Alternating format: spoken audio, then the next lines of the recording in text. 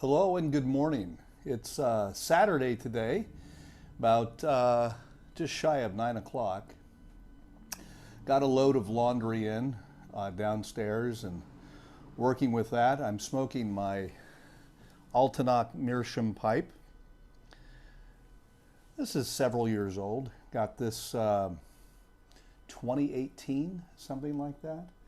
And same year, the film Father the Flame, which I'm going to talk a little bit about, was made. And I think, well, yeah, not quite, 2015 for the making of Deception Pass, the Seattle Pipe Club, some of which I'm smoking right here this morning. Do a little kind of off-the-cuff review on Deception Pass.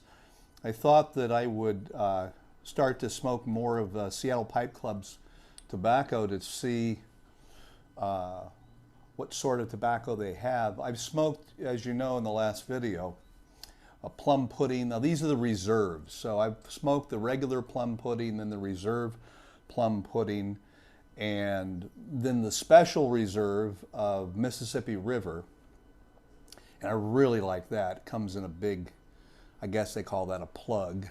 Looks like a brownie, and you just kind of take a little bit off at a time and put it in your pipe. And I reserve those for the evening. I smoke those. So my three evening pipe tobaccos have been Seattle Pipe Club, Plum Pudding, Seattle Pipe Club, Mississippi River Special Reserve, and the limited amount of Dunhill, the old Dunhill, what is it? Dunhill.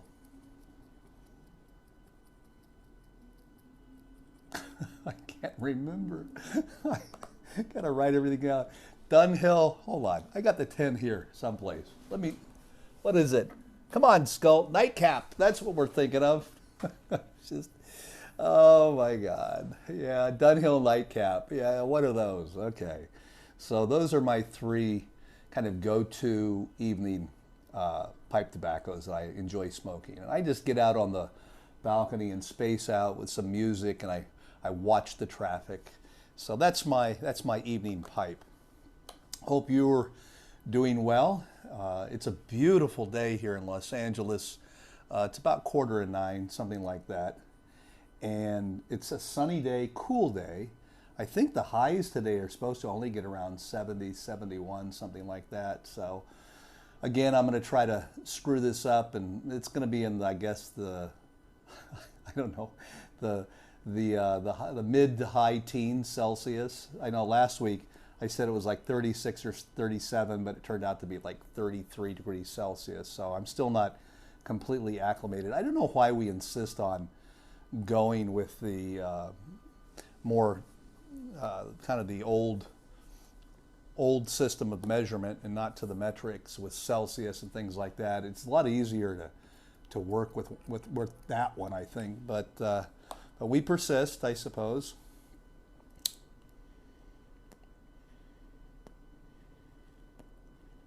So it seems natural, since I'm smoking it right now. So I'll do a little review of the Deception Pass. First time I've smoked it.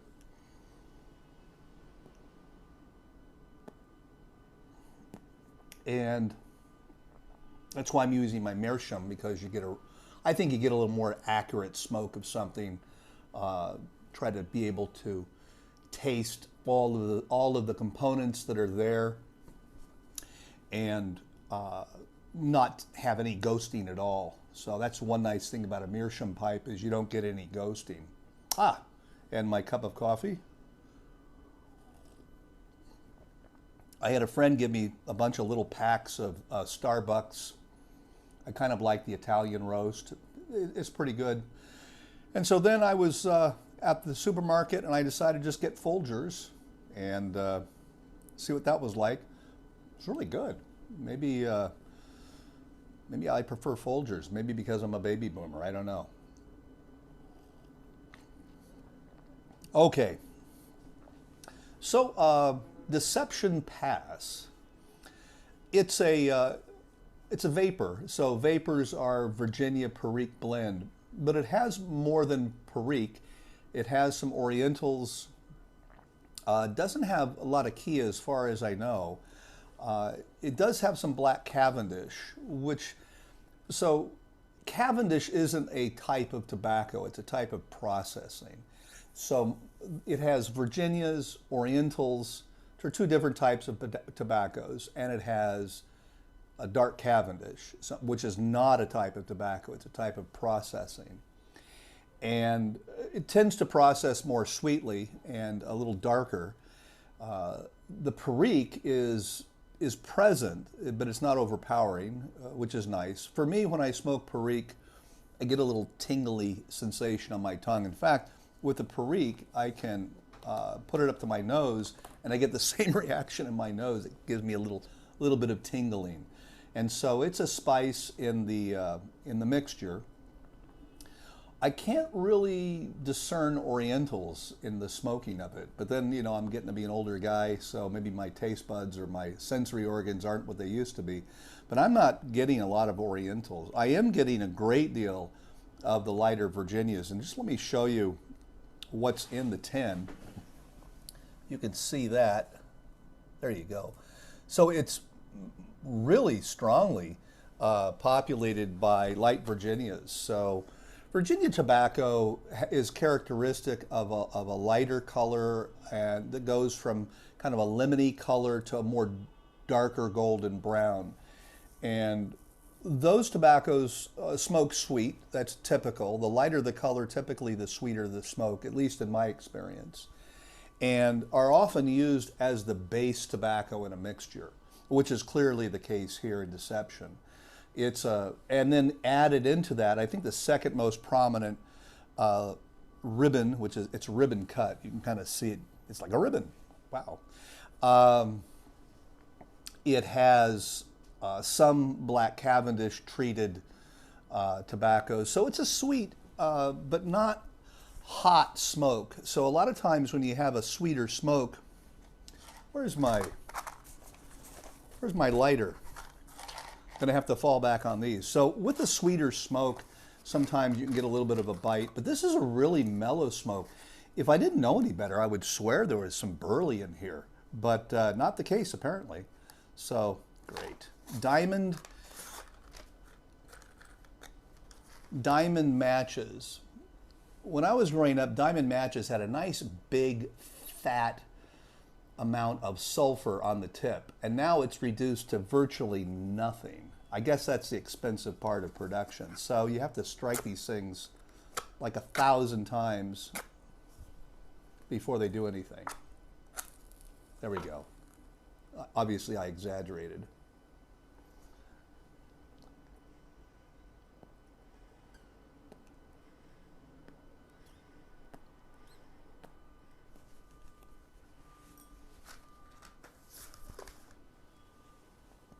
At any rate, it smokes really smoothly. I mean, I'm not getting any bite, anything at all. It's really a pleasant smoke. I don't know if you're listening and hearing the horns and the beepings and things like that. They're doing some road repair on the Los Feliz Boulevard, which is a main thoroughfare in Los Feliz. And people are a little impatient, which is, I guess, normal.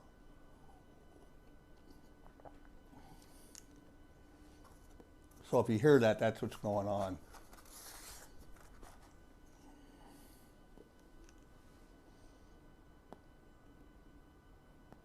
So this is the first time with you that I've smoked this, and it's smoking very evenly. I really can discern the Virginias, the sweeter kind of taste to it. It's very light.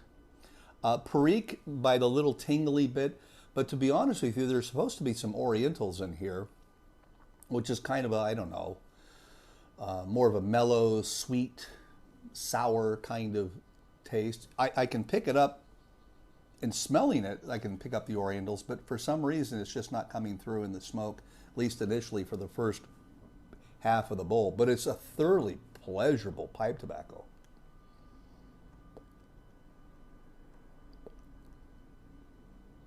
So maybe this will become my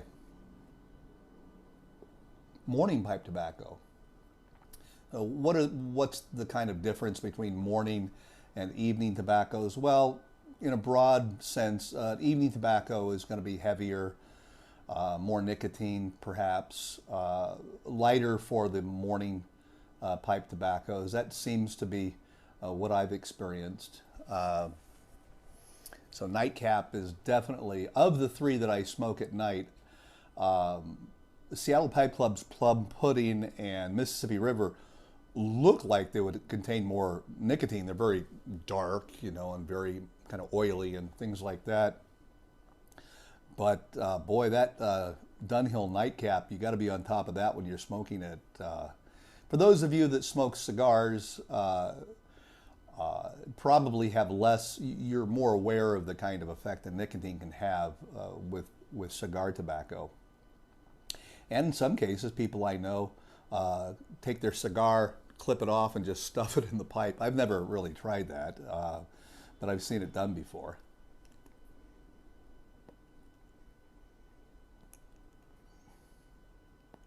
So yeah, this is a nice smoke.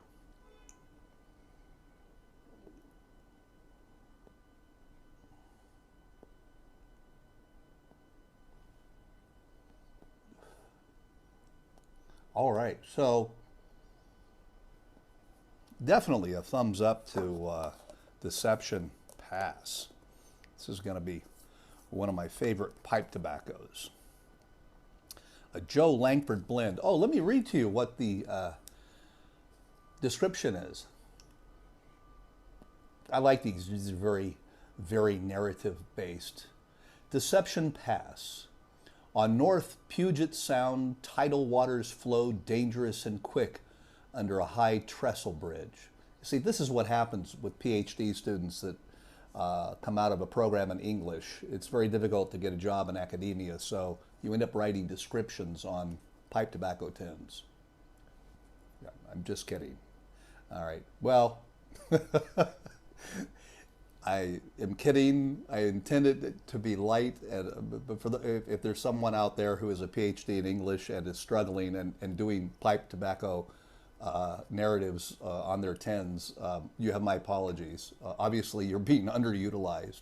All right, nonetheless, got myself in a pit on that one, didn't I? All right, so Joe's master blender, Joe Langford, retreats here to reflect. Joe's Northwest-style Virginia Perique gives the pipe smoker a sense of how we savor our marvelous region.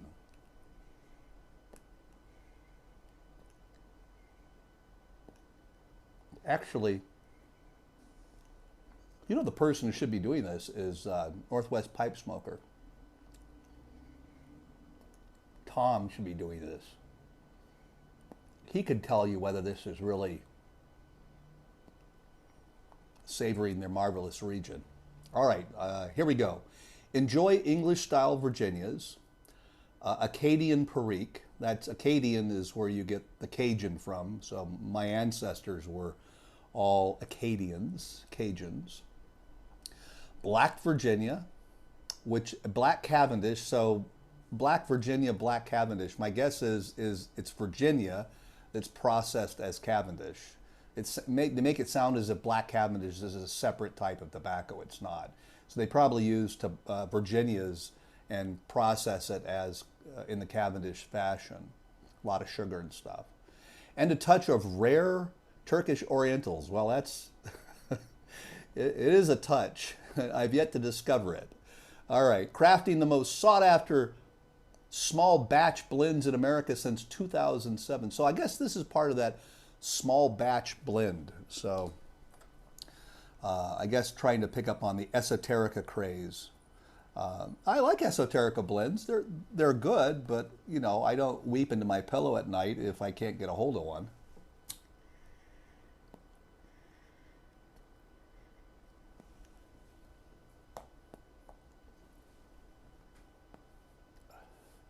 So this is a really busy time for me as we approach the mid-semester. Some of my courses are only 10 weeks, and so grades are due next Wednesday, and there's always the kind of the kabuki theater of students, you know, trying to communicate to you in all sorts of odd ways that they're willing to do any amount of work to be able to raise their grade, to get an A from a B or a B from a C. And I just every time that I have to grade, I just reflect on how much I despise the whole grading process to begin with. You know, it's so at least from the English perspective, it's writing and as the product of your reading, it's speaking, it's communicating in the written and the verbal form. And that's something that needs to be done over time. And I mean, you can recognize certain attributes of what's sufficient to move on, but it's not so clear cut. And you know, we're saddled with percentages and things like that. So a student who has a 78 is considered a C student, and a student who has, you know, 80 is a B student. But I mean, with something like writing, can you really make that fine little discernment? And sometimes I wonder about the credibility. So if I get a student with a high C, 79%, I just give them the higher grade. I feel like, you know, my ability to discern within 1 percentage point that way, I'd rather give them the benefit of a doubt, because these days, you know, getting into college and so on and so forth is such an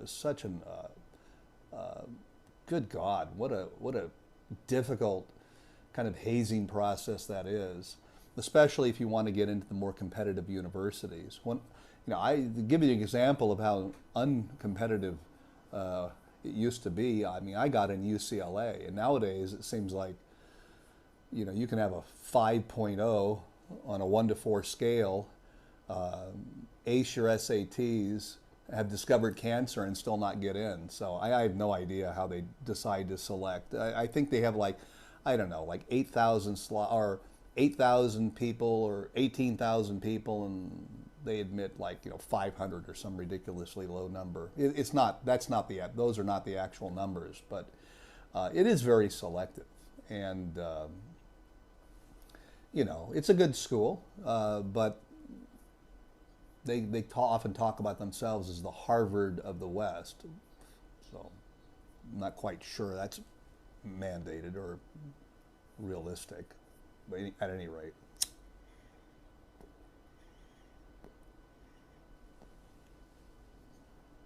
I wouldn't be surprised if the acceptance rate was well below 10%. But maybe it isn't, I don't know. I just know that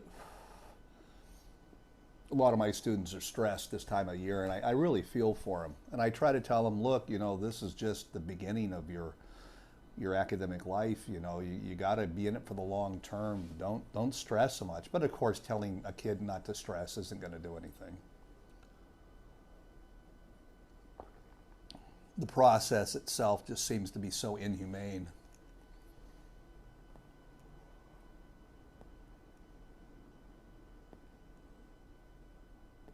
So all of the courses I teach are designated as honors. And the presumption is the honors courses are more rigorous. They typically are not more work, but the work that's there is a little bit more complex and requires a little bit more effort to do well. And some teachers kind of limit access to students who have a B or better. But I open my doors and I say, if you want to take the class, take the class. I'm always there, and you know, if you want to challenge yourself, why not? What do you have to lose? So you get a low grade as your freshman or a sophomore. You know, you can always do better the next year. I've never asked a student to leave the class because I didn't think they were honors material. They can come in if they want to and leave if they want to, if they don't find that what I'm offering them is helpful. So my senior's taking AP English Lit with me, which is a ostensibly a college level class, and it is, but some of them really are struggling, but they're hanging in there. And so that's where I put a lot of my time, is helping them and offering time after school or before school to help them out a little bit. And I really admire them for this heroic struggle they seem to be involved in. And a lot of it comes down to managing time, but some of it is just legitimately they're not yet quite at that level of reading comprehension and writing that makes the course a little bit easier to bear. And one would like to have a class where it's just the appreciation of literature or something like that, but the class is a study of literature. It's a critical study, and so that's going to mean that you're going to read some things that aren't particularly your cup of tea, but you have to apply a certain analytical method to extracting meaning and looking at the variety of different approaches. And sometimes that can be akin to torture. So I tell my students at the beginning of the year, my goal in this class is to get you to not hate literature. So, and with mixed results, to be honest. So there's a famous line from T.S. Eliot and the Four Quartets, which is a series of 4 poems, a quartet. And in the poem East Coker, he meditates on the writer struggling to do something different, struggling to make meaning fresh. And long story short, he sees the futility of this. And then he comes to the reconciliation of this futility, of trying to say something that has never been said before. And he says, I'm paraphrasing,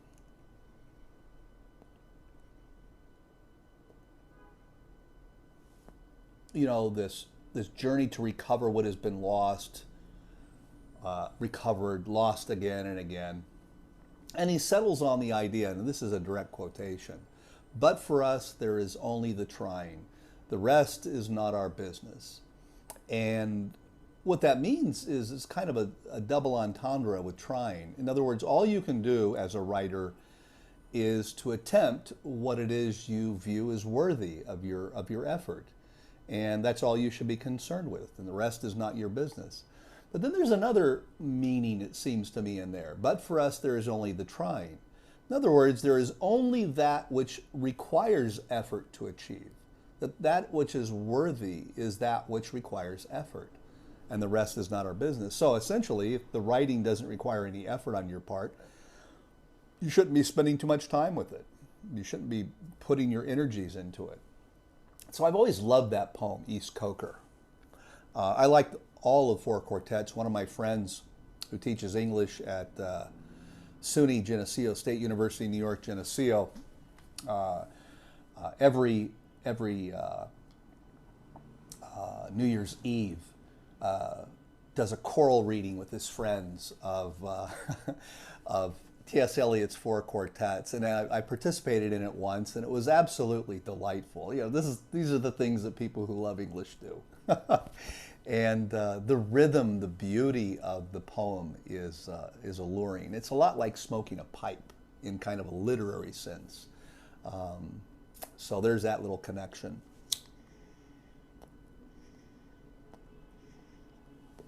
So, on to our next little thing.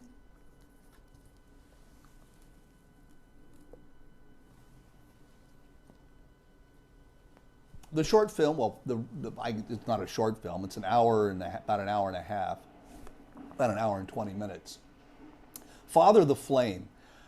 It's a documentary about pipe making, ostensibly, that includes the Iverson family, the Danish Iverson family, the legacy that they have in making pipes. It talks about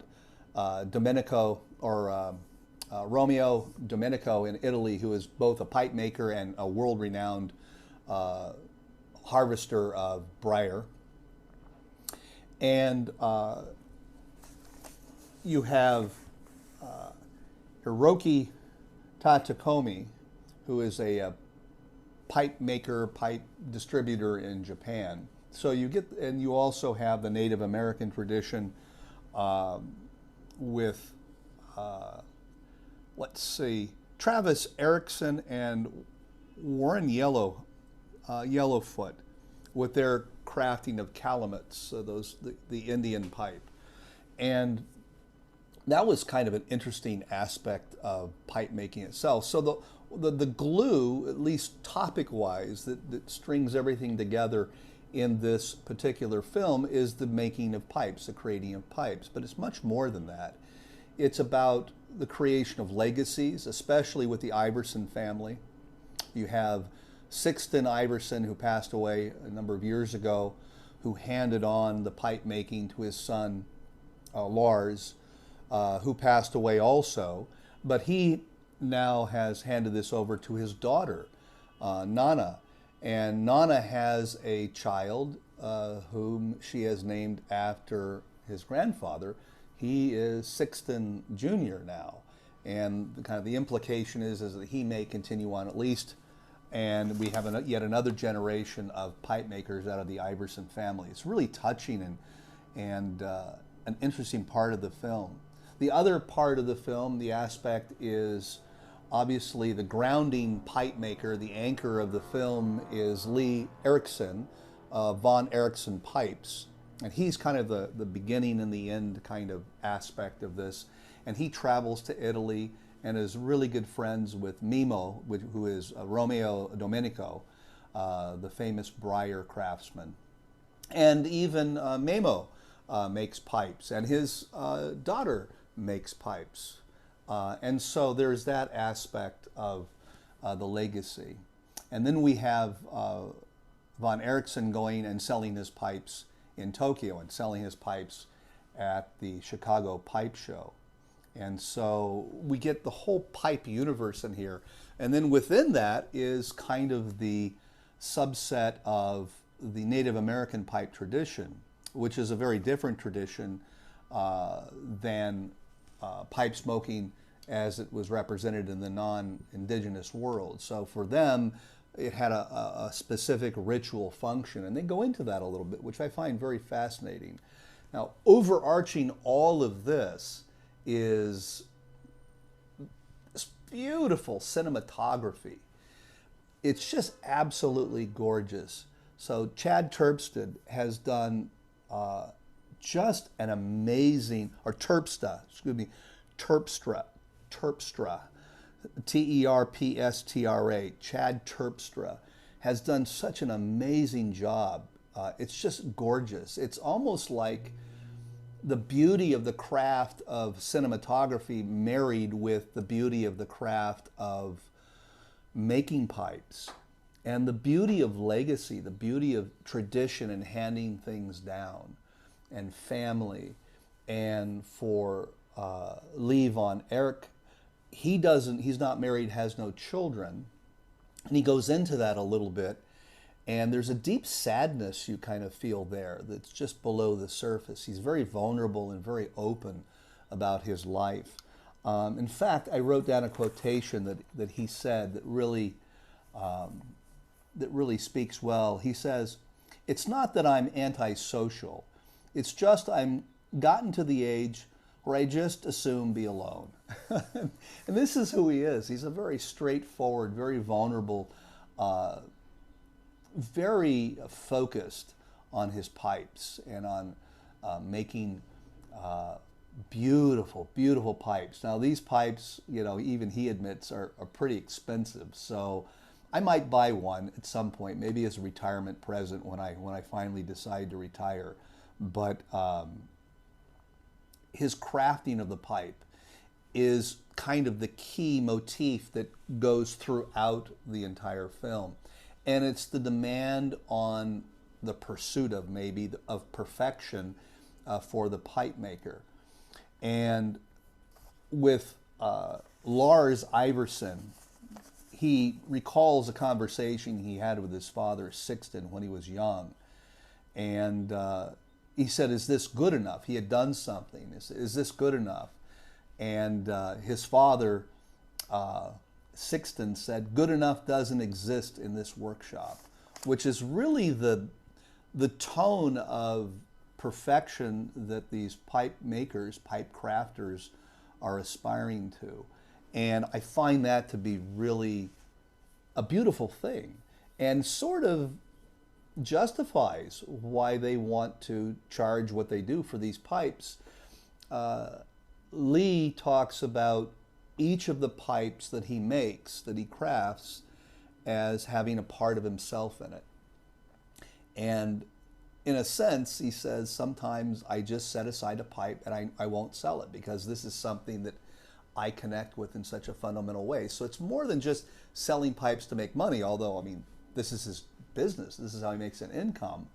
But it's really that he pours himself into this. And he mentions this in the movie. It's kind of cool. He's working on a lathe that he cuts himself on a bit. And he says, well, you know, there's a little bit of me now in that pipe. And so this is the kind of inviting personality he has. And but what really comes through is his love of what he does. And I think that for me, anytime I spend time with somebody who loves what it is that they do and they're conscientious about executing that particular job, it's a wonderful experience. And so I heartily recommend Father the Flame. So I know that's kind of a scattered review, but I wanted to point out some of the highlights for me in this, and can't praise it enough. There's a YouTube channel called Father the Flame, and if you go there, there are a couple of sub-documentaries. One that goes into the Danish pipe family of the Iversons more, and the other that goes into the Romeo Domenico family a little bit more. Both are included in Father the Flame, but these give some other aspects to their lives, which is really worth your time to stop by. And I'll put a link to the to Father the Flame YouTube channel in the bucket below.